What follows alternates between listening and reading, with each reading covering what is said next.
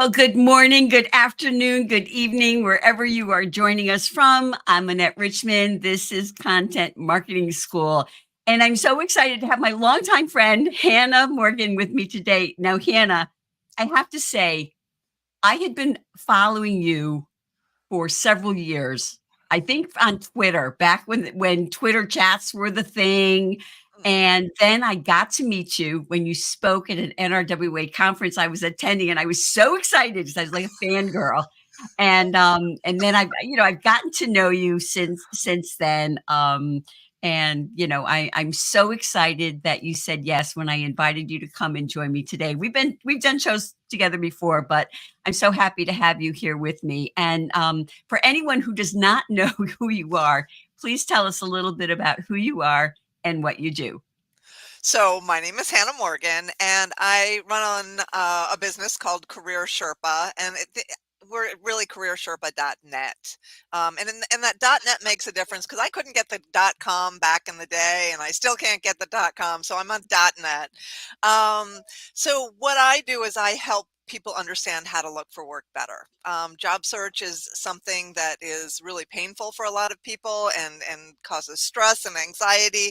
And I try and help people in a variety of different ways to help eliminate some of that. So I offer one-on-one services, and then I also offer some group services. Plus, I produce a weekly newsletter called Summary Sunday, which is a curated bunch of articles about job search from other great writers, authors, experts in the field. So that's a little Well, bit about me.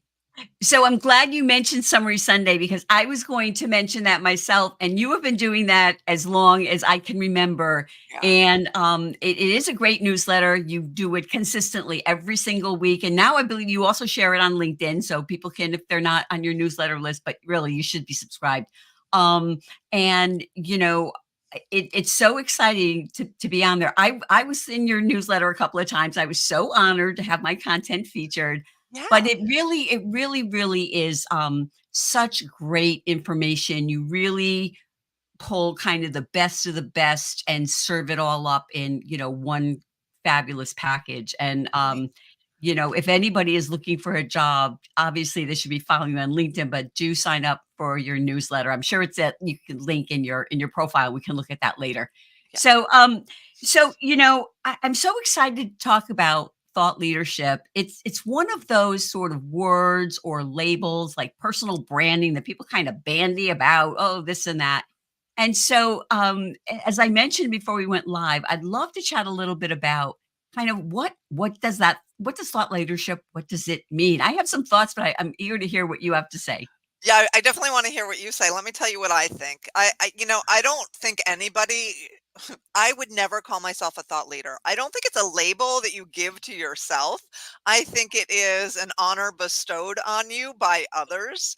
Um, but that doesn't mean that we can't all be aspiring thought leaders. And by thought leaders, what I really think it means is that you are somebody that is producing content, and I don't care if that content is video or written or audio, but you're creating content that showcases something that you are passionate about, that something Mhm, that you care deeply about, and that you have some connection to. And in my case, I am passionate about helping job seekers and understanding and detangling all of the information out there about job search because there is so much, right? So that's the angle I take. But I think there are thought leaders that are really forward thinking, like predicting these are the things that can make an improvement to how you do business, or these are the things that I have done to improve my business and my leadership and my skills in my profession. So I think it's just an avenue that gives somebody the opportunity to write, speak, publish publicly about something that they're passionate about related to work. That's how I would do it. No, I think that too, and I can see we're getting as I'm looking off to the side, I'm seeing we're getting a lot of thumbs up from the audience, so people are agreeing with you. So, hello out there, and please do, if you have any questions, feel free to put them in the chat. We will be able to see them here, in the studio, and I think of it kind of the same way. I think of it as being, original content, original to you. And if you're sharing curated content, like if you're just dipping your toes in and you want to get started and you're sharing an article, maybe I'm sharing something you wrote on job search, that I would include my thoughts on it and what I think about it, and maybe some insights that I have about it, not just sharing links. But I think about that too, and I agree with you, the idea of people calling themselves thought leader.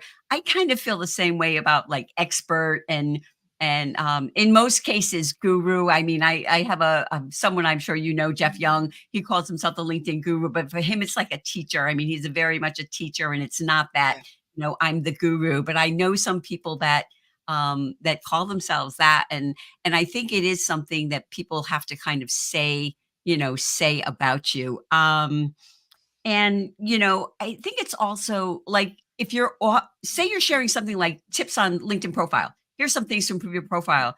I would think that it might also include maybe what those changes would mean for you. I mean, is that kind of your take on that as well? I think that thought leadership does go deeper than just documenting the obvious, right? It is looking at what does this mean for you? It's offering that logic behind and the concept and the interpretation of what that means. Absolutely.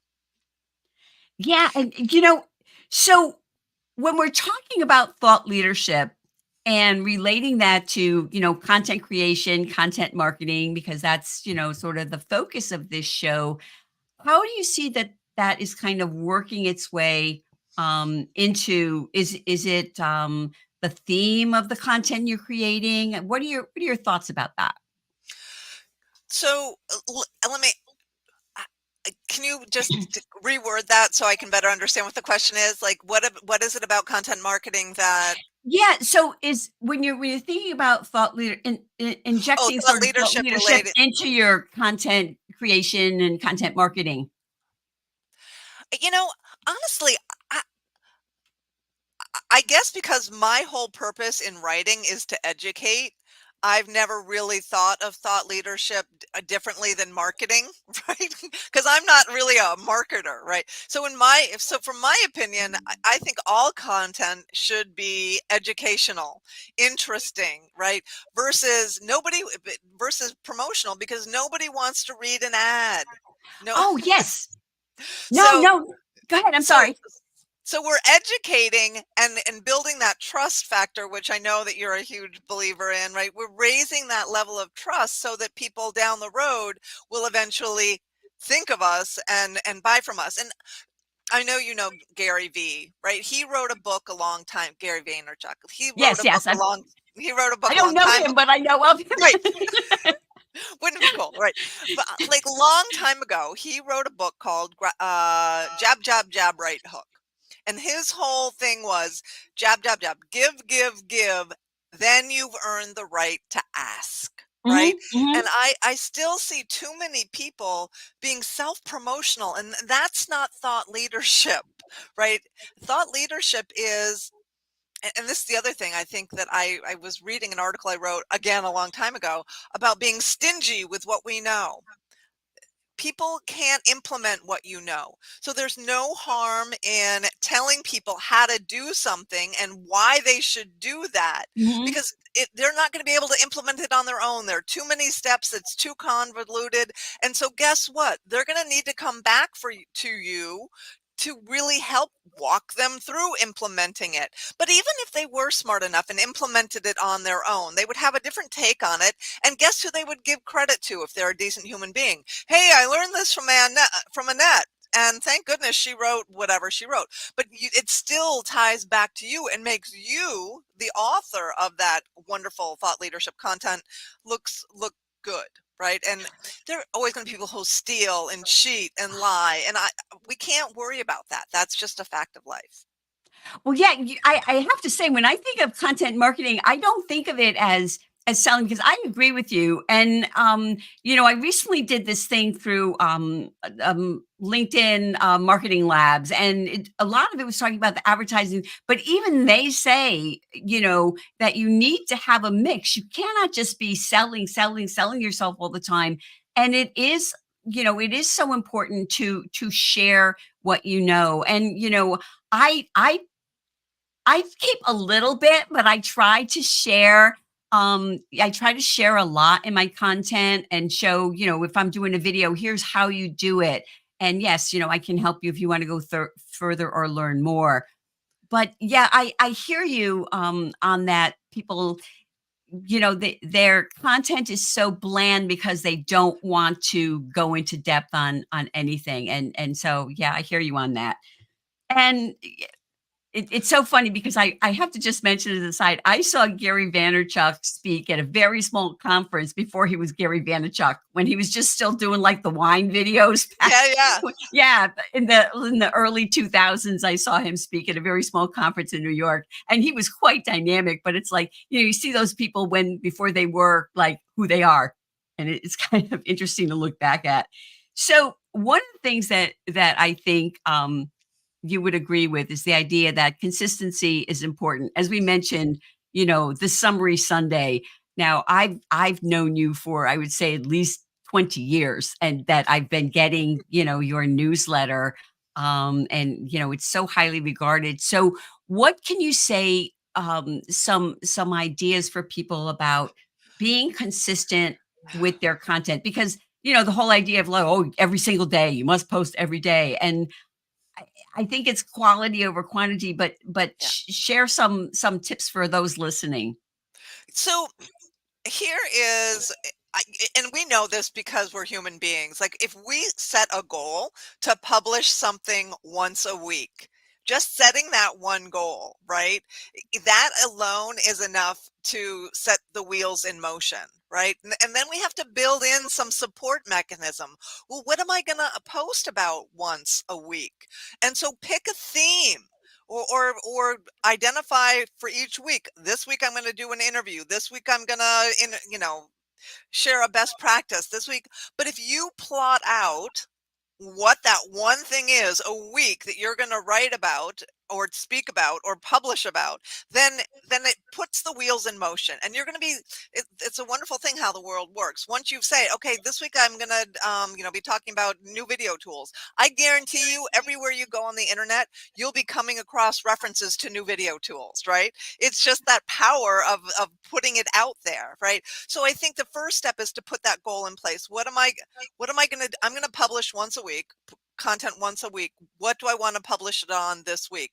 If you don't have an idea, that might be the week that you say, you know what, I'm going to create a summary of great articles that I found related to this particular topic and publish that and use that as my way. And so there's a win-win with that, right? One, it makes it easier for you because you're not actually having to create the content.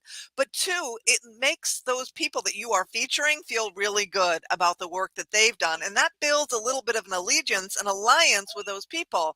And that alone gives you inspiration to keep going, right? I love the power of working with groups, informal mastermind groups and stuff like that, because oftentimes we just need that extra kick inspiration to keep us going. So let me just tell you a little secret about my summary Sunday, which I've been doing every Sunday, and I slipped a little this summer, but I've been doing it every Sunday for the past like almost 20 years. You're absolutely right. I haven't real even the year my dad died, I still published that the same week my dad died. So like it just became a habit. It was a ritual for me. It was therapeutic for me. Like after doing it for so long, I needed to do it. So in order to get that summary Sunday, I retweet a lot of stuff on Twitter.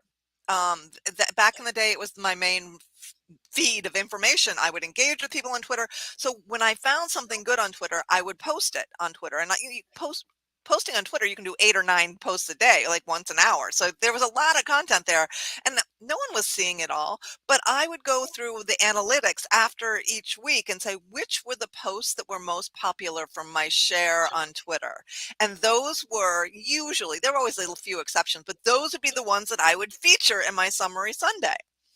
So I didn't have to do a lot of ongoing monitoring. I'm already an avid reader. I love keeping up with what's going on, right? So this was a way for me to choose, okay, these are the best posts. and this is what I'm going to do. Now, we could do the same thing too for, like, we don't have to generate new content. We can highlight old content. And in some of the newsletters that I've been reading, I've noticed a change in how they're presenting their information. They have themes, right? So, okay, this theme is going to be on, in my world, it would be interviewing, right? And I'm going to talk about these 3 interviewing trends that I'm seeing. And here are people who are talking about it, and here are my articles on interviewing. So I think we have to think in themes or verticals. What are the topics that you, within your overarching area of expertise, that you really feel passionate about? Oh my gosh, that was way too long of an answer. No, I'm no, no, not at all. Not at all. Because you know what it is? Because whether someone is doing that or not, and Twitter used to be my main thing too, is it's the idea of people can follow that system that you just laid out. Now, I will say that I sometimes will go on if I'm preparing something to AI now, Perplexity, and say, give me the last, the top 5 articles on, stats on videos or something like that. And you can get information so instantaneously that way. And I absolutely love the idea of themes as well. And I have been doing recently, I did one at the end of last year where I did the 12 days of content creation tips. And I had people like waiting and say, oh, I was excited to wait and see the content. And so I've been doing them. I did one on, just did one on like LinkedIn articles, newsletters, and collaborative articles. And then I'm working on one on know, like, and trust. And there's so many like days of the week themes. There's so many things that people can use Yeah. to to do that. Motivation Monday and Thought Thursday and all this other Thought Leadership Thursday or whatever. Yeah. To make that whole content creation easier. It, Never. it does make it easier, honestly. And that when I was sharing content on Twitter, I did the same thing. Monday was motivation. Tuesday was, I can't remember, general job search. Wednesday was networking. Thursday was interviewing, and Friday was general career. So whenever I would find an article that I wanted to share, I could schedule it out, right? And so that made my life easier, right? And in bucketing thoughts. So I love Mhm. the idea of themes. And again, when we know what we're doing, we know we have a plan, it makes it so much easier. There's less stress about it. And I saw in the comments too that people are afraid of putting that first thing out there. Your first product, whatever it is, your first article, your first video is going to suck, right? But that's how we learn and grow, right? We all have a beginning, and so we Yeah. have to put it out there, and your friends and your family and the people that know and love you will watch it and will support you, right? And that's how we grow. I love that you say that because I have videos still up on my YouTube channel. I did this thing called networking nuggets like several years ago, but oh my gosh, those videos are hideous. When I look at them, like they're still up there though. I should actually publish one and say, here's what my videos used to look like. And it's also the idea that, even if you have 50,000 followers, and most of us don't have that many, I don't even have 10, nobody's really going to see it. Nobody's going to see it. So I just want to bring in some comments because we have a lot of people watching us. And so we would, so here, Jim Panagas, I guess, content should also be thought provoking to make people think, which is what, we've been talking about as well. Thank you for But that. yeah, that's great, Jim. The problem that I have with that, lovingly, I want to add, is that sometimes people think my content isn't good enough. It's not going to make people think enough, and I don't want to publish it. And I don't want you to go there. Because if you set this really high bar for yourself, like this has got to be the best of the best stuff that I've ever created, again, it's like video. You're going to suck in the beginning. This is how you learn. And oh, by the way, maybe that post that you don't think is so thought provoking and not really a thought, maybe it is to somebody else, right? Yeah. No, Go no, go ahead, ahead, go ahead. go ahead. I was just gonna say, I try to think of it, something that I picked up, I think actually from my husband years ago, the idea of the pyramid. So if you're on this pyramid, I may be here, but what I'm sharing is helpful to people who are here. And I think about it like, an electrician for my home. Now, my husband can put in a light switch or something, but if we need to rewire the house, we need to hire an expert. And so it's all the different levels, and you have to, I agree with you. You have to think about that and certainly not set the bar too high. And so Linda Brubaker says, I agree, Hannah. I'm seeing far too many posts these days that are just promotional without providing ideas or any information. Linda, I love your new picture. So I'm just noticing that. So yeah, I see that too. And I have to say, for me, it's kind of a struggle to be promotional. So I have to push Right, myself, and I right. try one day a week, or one day, every other week, to actually push myself to share something, even if it's a free download where, I'm getting your email to get the download, but I am giving you good information for that. It's not like some garbage that I'm throwing together. So here we are, Jillian Whitney. Oh, Hey, Jillian, Jillian. my best girl here. How awesome it is, to see Hannah Morgan showing these awesome time-saving content creation tips. Yeah, Thanks, Jillian. I'm yeah. a huge fan of Jillian's. Yeah, Oh, awesome. me too. Me too. She is fabulous. I am grateful to call her one of my friends. Can So I share something else? Like, of here's the other course, trick. Like, of I course. think that if we're not where we want to be, if we're not as good at this as we want to be, I think one of the best things that we can do is sign up for other newsletters, um, and watch other videos. But I like the newsletter route because oftentimes those will take you to videos. But I Anne Handley, who was she's a content marketer. She Mhm. used to work with marketing profs, I think, and now she has a Yes, weekly. yes, I remember her. I get her newsletter every week, and she's all about creating great content. So I don't always read it, but she is so inspiring. Like, I love her newsletter. And then I came across this other newsletter by, again, it's in my inbox. I get it, but I don't always read it, by Christopher S. Penn, who's also a marketer, content creator. And so this is what he did, and I loved it. So for years, I've gotten his email, like, with his newsletter, and I don't really read it. I might skim it, but whatever. I see his name, I'm Mhm. like, whatever. Um, in his newsletter, he not only has a link to the articles, or the articles are below. He's like, now you can watch my video of my newsletter. So I clicked and watched the video of his newsletter, and I thought that was absolutely brilliant because he walks through some of the articles and some of the stuff that he was talking about, the theories and around content creation that he was talking about in the newsletter. And just being able to see a human being behind that and hear a voice connected me to Mr. Christopher S. Penn, which I don't think I would have been as connected to before. So it was an alternative. I didn't have to watch that video, but it was a great way to use multiple pieces of media to reach the right audience. And that's super simple to do, right? You've already written the newsletter. Now just go videotape it and put it on your YouTube and put the link in your newsletter. See? Yeah, no, I agree with you, and that's one of the things that I am most passionate about, the whole idea of video, because it is the fastest way for that know, like, and trust. You know, yes, actually met you in person years ago, but I haven't seen you in person in ages. But talk to you on video. I have friends in other parts of the country, other parts of the world that I may never meet in person, but when you have that video, and the thing that, since you were talking about not putting, too high of a bar, is people aren't looking for, perfect. They're not looking for a Martin Scorsese, Yeah. production. Yeah. They just want to see you. And the more perfect it is, the less they're likely to even like it.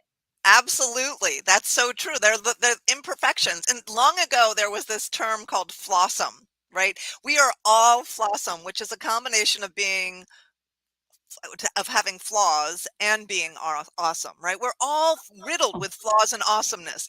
And so that quirk that you and I have, we each have our quirks, like, that comes through on video, but that makes it us unique and endearing to other people. And it will turn some people off, but they weren't your people anyway. So yeah, um yeah. And you know what else that I like to point out? You cannot plagiarize video. So if you're writing something, because I've had this lately where friends of mine are contacting me, say, "Oh, this person just lifted my whole profile, or they lifted my article," and it's and it's like, okay, so if you create a video, nobody's stealing that and putting their face on your video. So there Right. is that. And what you're doing now is a pretty easy way to get started on video. I think most of us are not, we're too self-conscious. It would be too hard for just being myself on screen. Mhm. Interviewing somebody who is somebody that you respect and is an easy way to get, not easy, easier way to get started with video. Absolutely, And absolutely. And if you, LinkedIn makes it so easy, right? I We've already know, got that built-in audience. and guest on other people's videos, Hmm. guest on other people's shows. And that's a great way to kind of spread yourself around. And I just want to we're actually winding down now, so if I don't Oh my get your gosh, that goes comments, so fast. I know if I don't get your comments, I'm sorry about that. But it's so true to just people are so critical of themselves though. And I learned years ago that from a coach that I saw her give a presentation, who said people don't care what you look like, they don't care what you sound like. I think I sound like a hamster. What they care about is your message relevant to them? And that's what they care about. And if people would just think about that, when you're looking at a video, are you looking at the person and say, oh, well, I don't know, Annette could really lose some weight there, or, oh, that color is not good for her. No, no, nobody cares. They just don't care. And one of my favorite phrases is, um if you realize how little people think about you, you wouldn't worry so much about what people think. And that's not exactly it, but it's so true. Yeah. People are so worried about, oh, what people think about them and this and that. And the thing is, nobody's thinking about you. Can I So just I tag on to that? Not Of only course. because I think that's so important. We are so self-critical. I think the other thing is that when we are talking to people and writing and developing content, we're not making it we're not writing to all people. We're writing to a specific audience, and that specific audience should like what you're writing about. If they don't like what you're writing about, either they're not the right audience or you haven't provided them with the right content. Right. So knowing who your audience is or who you want your target audience to be is always so important. If we understand what their problems are and what their needs are and what they're looking for, then we can give them that. If we don't understand, it's hard for us to give them that information, which is what they are coming to us for anyway, like the information that we teach them. Yes, and I am actually working on doing that more myself, to be writing. I'm trying to gear my writing to be to one person. So Hannah, I'm showing your profile here, and you do have oh, here's our event. This is us talking right now. And you share content constantly on LinkedIn, the summary Sunday. You have all these things in your featured section. I'm assuming that there is a link to sign up for your newsletter in your featured section. Yeah, it's there somewhere. I've got to go make that clearer. Okay. All right. Well, I know we there's a link to my website somewhere at the top.